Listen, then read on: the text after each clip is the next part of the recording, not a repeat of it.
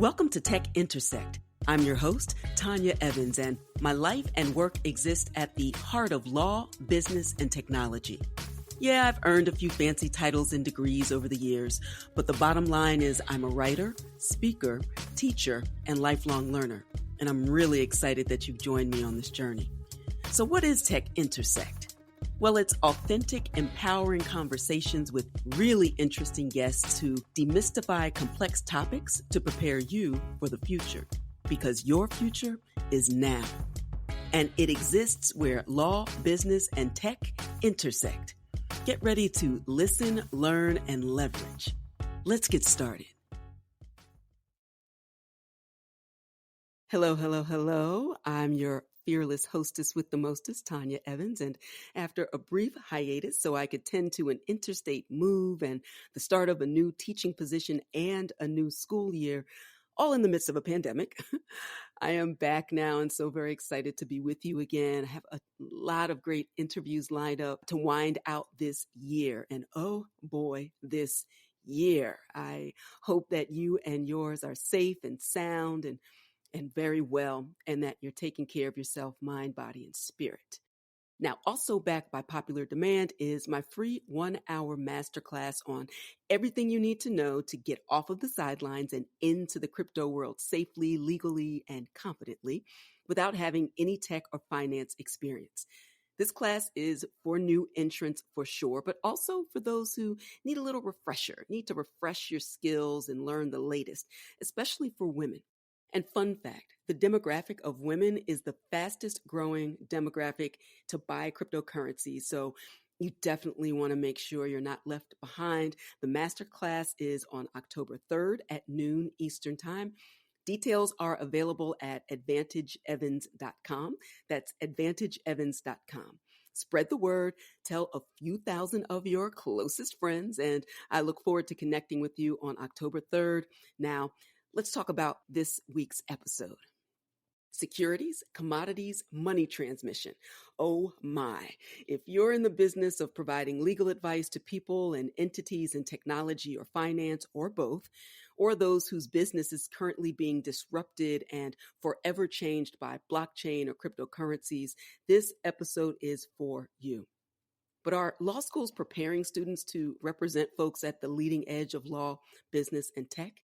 The business leaders and businesses of the future in a Web 3.0 world?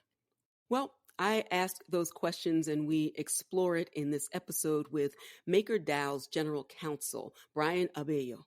And we talk about the questions and identify the secrets to the success for future lawyers and current lawyers who are interested in pivoting to represent clients involved in blockchain, cryptocurrencies, and decentralized finance, or DeFi. Brian explains what decentralized autonomous organizations are, what smart contracts are, and he also addresses the CFI versus DeFi distinctions, centralized finance versus decentralized finances. He also shares his take on some of the most pressing legal issues in DeFi and crypto today, including regulation by a number of regulatory bodies, the Securities and Exchange Commission, the Commodity and Futures Trade Commission, FinCEN, the Treasury, IRS, the Financial Action Task Force. So there's a lot of there in this episode, and I'm excited to share it with you today. Time to listen, learn, and leverage. So let's get started. Today, I am so excited to connect with Brian Avello to Tech Intersect. Brian serves as General Counsel at the MakerDAO. I also serve as chairperson of MakerDAO's Ecosystem Growth Foundation. We'll talk a little bit about that in a moment. But I'm fascinated by his rise in the space of blockchain and crypto law. He began his career as a litigator in big law. And many of us who are lawyers start in some form or fashion in big law. I did as well. So I'm interested to hear his path and share that with you all. But he branched out to follow his interests in, among other things, emerging technologies. First as the co-founder of an edtech startup, then as the head of his own blockchain and digital asset and decentralized ledger practice back in 2016. He'll tell us more about that, where he made significant impact. my words, not his, but he absolutely has made a huge splash in the space and distinguished himself as a leader in blockchain and crypto assets practice. Many people don't know what that is and are trying to find either a path when they come out of law school. As you all know, I'm a law professor, so I get these questions all the time, but also for lawyers who are interested in pivoting in the space and really focusing on the future of law and business and technology. You know, that's where Tech Intersect emerged. So this is an ideal topic to talk about now and to figure out how you can stay ahead of the curve in this considerable growing space. So, Brian, my friend, my colleague, welcome. Thank you, Tanya. So just to give a little bit more background on myself, I've been with the Maker Project now since mid-2018, so it's a little over my 2-year anniversary. I'm celebrating my, I joined in July of 2018, so it's been an interesting last 2 years. Yes. Maybe a little bit more background on kind of how I transitioned my career from, I starting off as a big law litigator, moving to, deciding to try to focus my career more on kind of early stage, seed stage, Series A investment technology companies, working with, kind of the experience of being a co-founder, a non-technical co-founder with several other technical co-founders for an educational tech startup that didn't come out the way we wanted to. And then I was able to shift, the work that I was doing for that tech startup was able to shift more into focusing on, more of a traditional venture corporate practice. And then in 2016, I had the opportunity, just almost by happenstance, to be introduced to some of the earlier, very early founders of not only Maker, but of another pretty well-known company, DAPHub, that ended up being kind of a research and development wing for not only Maker, but supporting a number of early projects in 2016, 2017. And, so, kind of getting in the door there and then building the relationships, I was able to kind of fall into the position of being GC at Maker. That's fantastic. And it's interesting. Each one of the experiences that you had leading up to the moment prepared you in many ways for what you're doing now. But there has been a lot. I feel like a year in this space is the equivalent of 10 years in a relatively short period of time in the scheme of practice over decades. You've packed a lot into a short amount of time. What's that experience been like for you? It's, especially working with a number of these companies that are dealing with these very nouveau issues of law, whether it's securities, whether it's commodities, or whether, frankly, it's money transmission. There has to be, if you're a practitioner in this space, you have to be very curious, flexible, and willing to try to, it sounds cliche, but you have to be able to think outside the box to a certain degree, while also being comfortable with advising your clients to take calculated risks where they make sense. And this is not, this is me having counseled a number of other projects leading up to my joining Maker full time. I think the ones that have been the most successful have been the project where, they're pushing the envelope of development, but at the same time being keenly aware of kind of in another cliche, the ever shifting regulatory sands that are kind of going on around them. And as a result, you've seen a number of really quality projects that have, the cream has risen to the top over the last 2 or 3 years, especially in DeFi. And I think you're seeing a number of new companies, even over the last, 3 to 6 months, that have been building on top of the experiences of the, almost like a money Lego, building on top of these other protocols that have obtained some success. And now, we're in a situation where you're seeing, billions of dollars in value locked up in a number of protocols, all of which kind of have a nice interplay and are complementary one to the other. So I think you have to be very curious and flexible in a way where you can advise your clients things to clearly avoid, but then perhaps other areas where, taking risks might be something of interest to the business. I'm thinking as you're speaking about what, if anything, in law school prepares law students and lawyers to be flexible and leave space. As a law professor, I'm concerned very much about the future of legal ed and making sure that the lawyers that we prepare are prepared for the future to have the very conversations and to be the advocate that you have described. It's essential to survive in the future. But what do you think about, the legal education environment as a means to prepare lawyers to do what you've just described? The best I can reflect back on, clinics that I took when I was a third year law student. I took a number of securities law clinics that just kind of prepared you with someone who the professor of our class was, I believe she was in-house counsel at one of the major parts manufacturers for Ford. So I went to the University of Hmm. Michigan, so we had the access to a lot of the attorneys that worked at General Motors, Ford, et cetera. And Right. she kind of would walk us through, if we're discussing, preparing an 8K or what have you, she would lead us through what would not only just preparing the document, but how you would look at different issues and the fact patterns you would draw up that would inspire us, or not inspire, Right. but that would drive the assignment. And having someone like that to be able to, who has that real world experience as opposed to, hasn't practiced for 15 or 20 years, which, at Michigan, you had a lot of professors like that. I know. Yeah. Someone who was really living in and working in the same space about which he was advising us was quite helpful.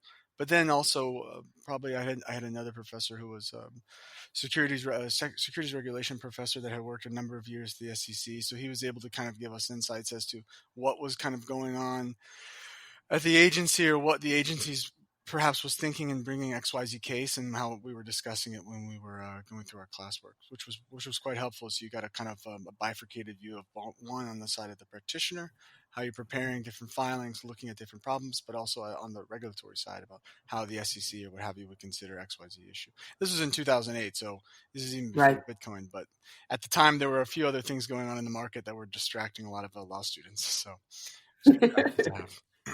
Just a few, Just a few. 2008, 2009. Yes. Right. It's so critically important what you described. And when I think being a visiting full professor at Penn State Dickinson Law right now, and I'm in my 14th year in some kind Congrats. of crazy way, Congrats. but always remaining relevant and connected with folks who are out there doing the really exciting thing and the innovative work for the future and bridging that divide. I started at big firms as well, Mm-hmm. and I think it's critical. And I have respect for academic institutions where you're grounded in theory and normative values, et cetera, et cetera. But at Penn State Dickinson, we're focused on practicing greatness Yeah. and some of those core values of intellectual discovery, knowledge sharing, Mm-hmm. excellence in teaching and learning, obviously, but you hear about the practice ready lawyer, but without a full context of what that means, not just for today, but Yeah. for the problem solving of the future, means that you have to be fully immersed in the lifelong learning, True. the lifelong learning lane. And the best lawyers will be in that lane for sure. Mm-hmm. All right, so let's switch a bit and we'll define some terms. We talk about the maker DAO. Some will know, some not, about the second part of that, which is DAO, Mm-hmm. or decentralized autonomous organization. And smart contract, I think we've also mentioned DeFi. So Mm-hmm. talking about the difference between CFI and DeFi, let's distill and kind of break down those terms. So, do you want me to start off with DAO? Maybe that would be the Yes, best one. yes, So yeah, the DAO it's an acronym for decentralized autonomous organization, and what it really means loosely is a group of unaffiliated individuals who are working together to bring a project to fruition. So you can have groups of distributed programmers, operational persons, what have you, who are working to bring a blockchain based project to fruition and ensure that it's not only functioning, but also that it's continually being operated and managed and quote unquote by this group of disparate individuals. Sometimes they have a token that allows them to govern aspects of these different protocols, and sometimes they don't. But it really is just a loose definition of a group of persons working together to bring a project to fruition. perfect. And what some will understand is, in order for these disparate individuals to connect and therefore to govern from a community perspective, there's this intricate web of smart contracts involved. And when you and I, as an attorney, hear the word contract, Mhm. immediately our minds go to offer, acceptance, consideration, meeting of the minds, blah, blah, blah, blah, blah. And I know if, as a community, we had it to do all over again, maybe we would call it persistent code or something different. But Mhm. when we are talking about a smart contract as supporting this ecosystem of organization, distributed and decentralized organization, what is a smart contract for the person who doesn't know what that means? So in short, it's a piece of software that's self-executing that removes the need for kind of traditional intermediaries. So for example, if you want to be able to send a Bitcoin if you want to be able to send a transaction on the Ethereum network, you're Hmm. able to have this self-executing agreement between a buyer and a seller, or a maker and a taker, where you can transfer value without the need for a trusted intermediary to, one, take custody over an asset that's being transferred, or actually Hmm. ensure that the transfer itself occurs. So it's essentially software that removes the need for a trusted intermediary to play that role between a buyer and a seller, or a maker and a taker. We hope you're enjoying this edition of Tech Intersect. Our conversation will continue in a moment, but first, a word on an exciting opportunity.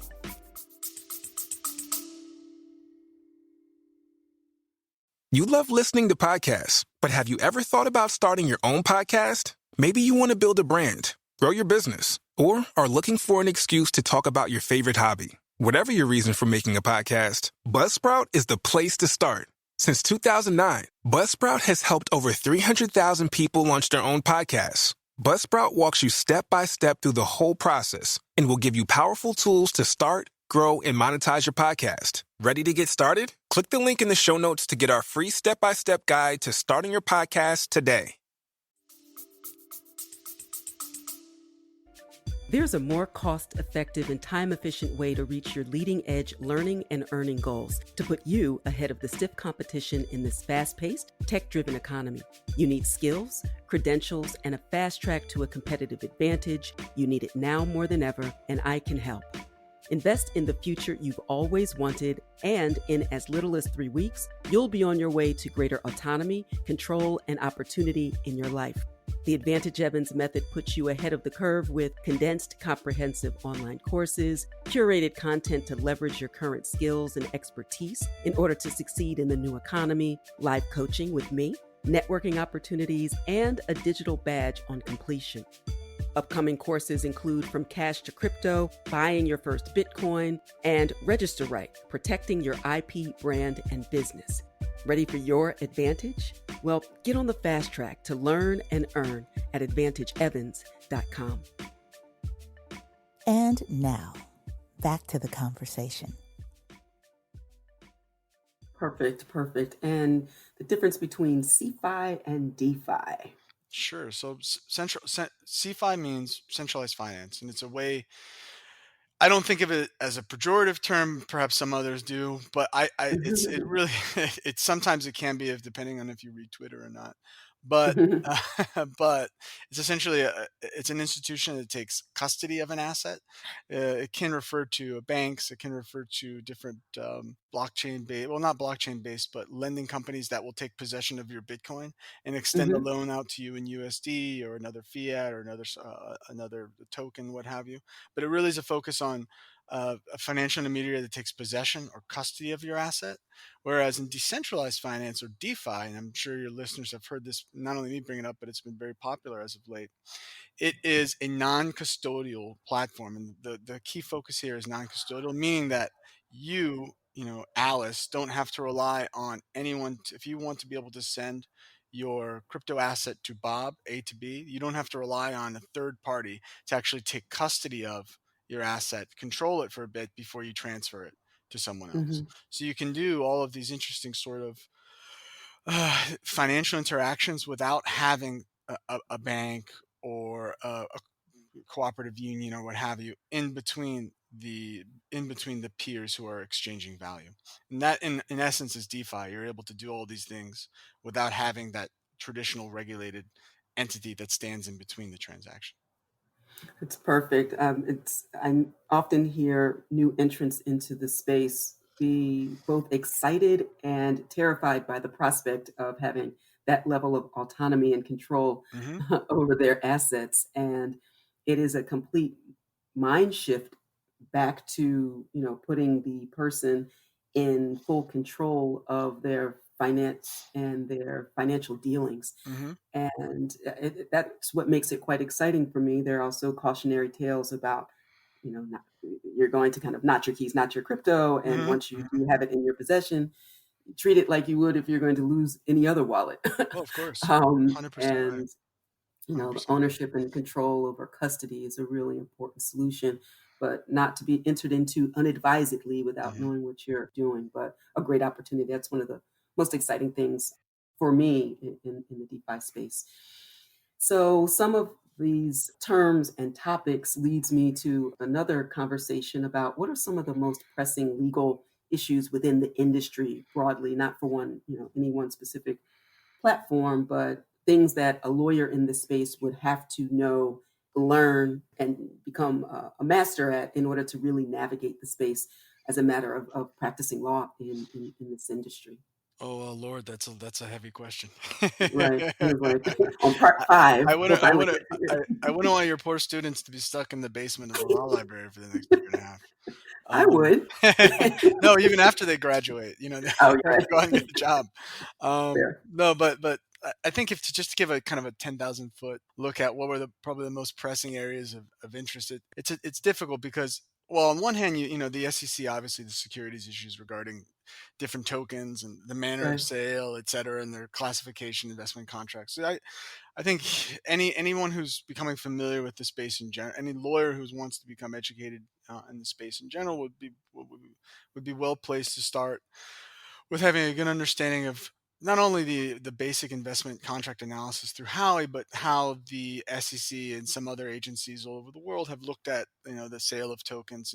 Principally the best place to start there would be the DAO report from July 2017, Right. and then looking at some of the major releases of information from the SEC throughout the last 2.5 years. And there's a handful of settlements I think that were very illustrative and that shows what the agency was thinking at different points in time. I think also, obviously another pressing but important area of law to be really paying attention to is kind of what's going on from the CFTC, the commodities angle.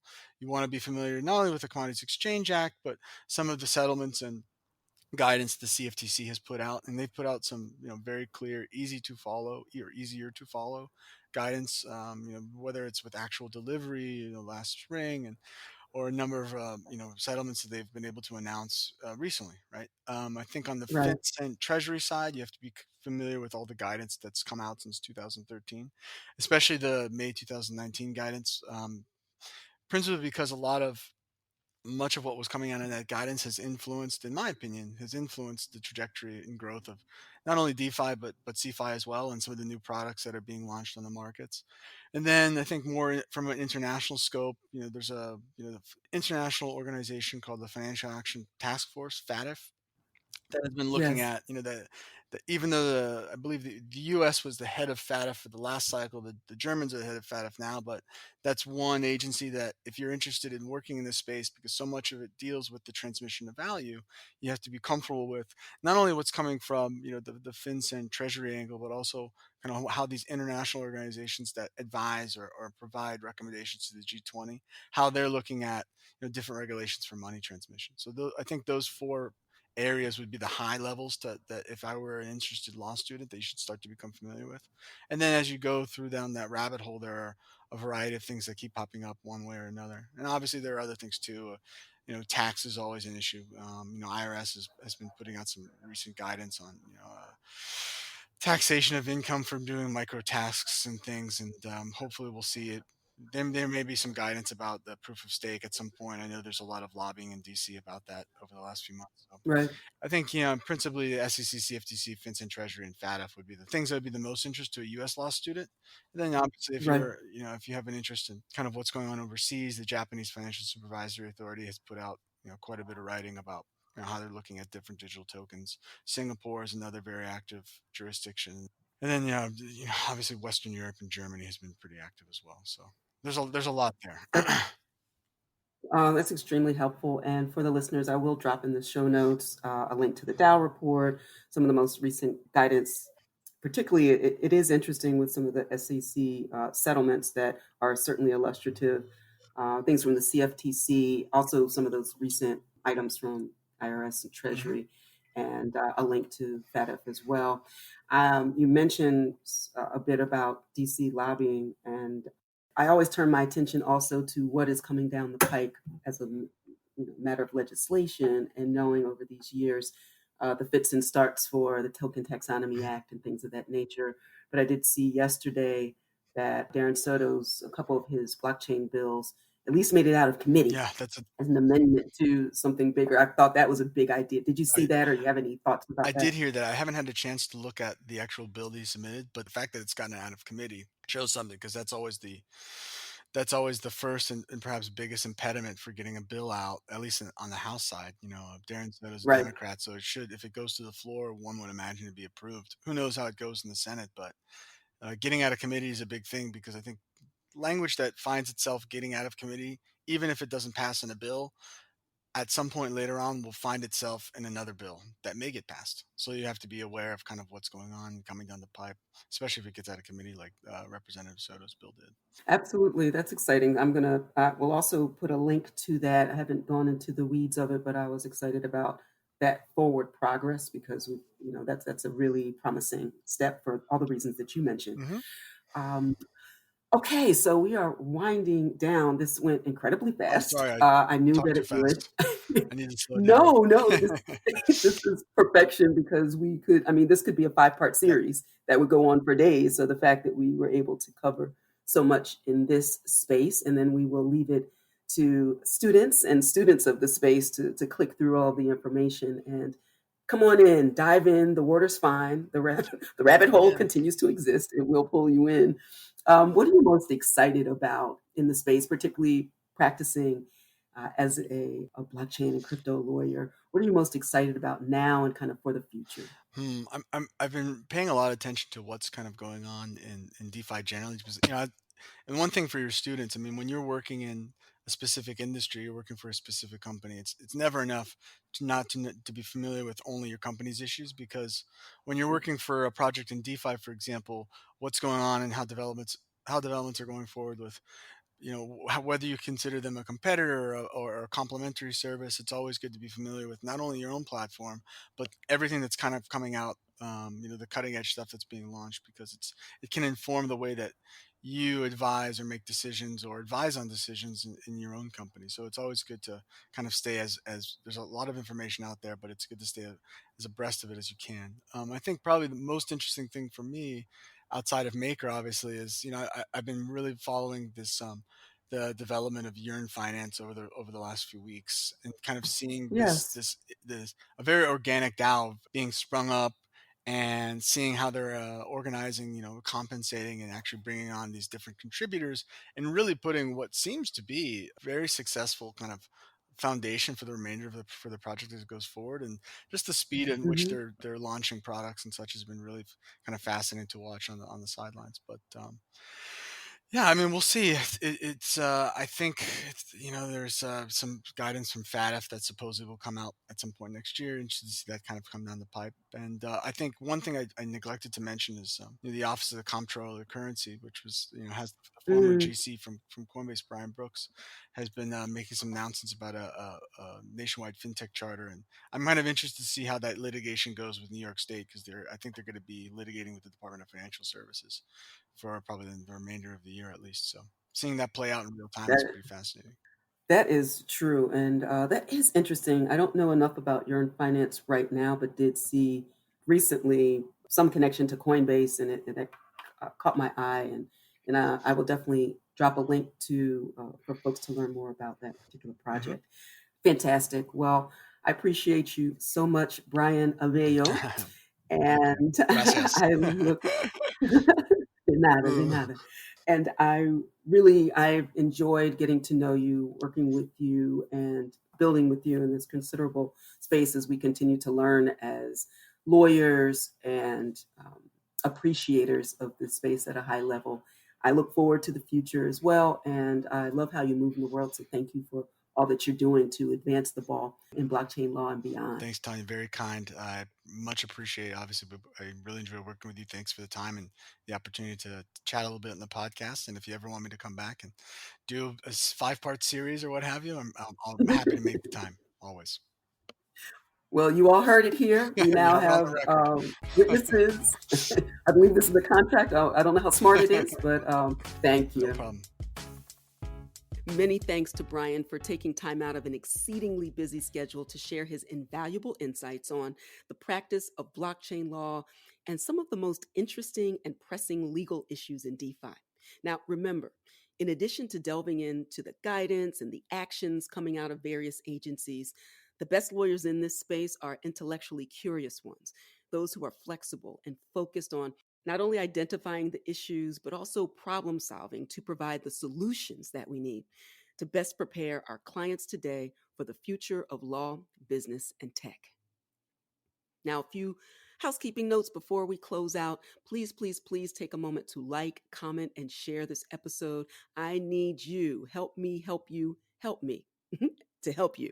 So please share this episode and this podcast with your networks and friends, and follow me on social media. Let me know what topics you'd like to hear more of and who you want to hear from. All right, that's all for this episode. Until next time, continue to shine. Stay in touch with host Tanya Evans via your favorite social media. On Twitter at TechIntersect and on Instagram via the handle TechIntersect. This podcast has been produced by Stephanie Renee for Soul Sanctuary Incorporated.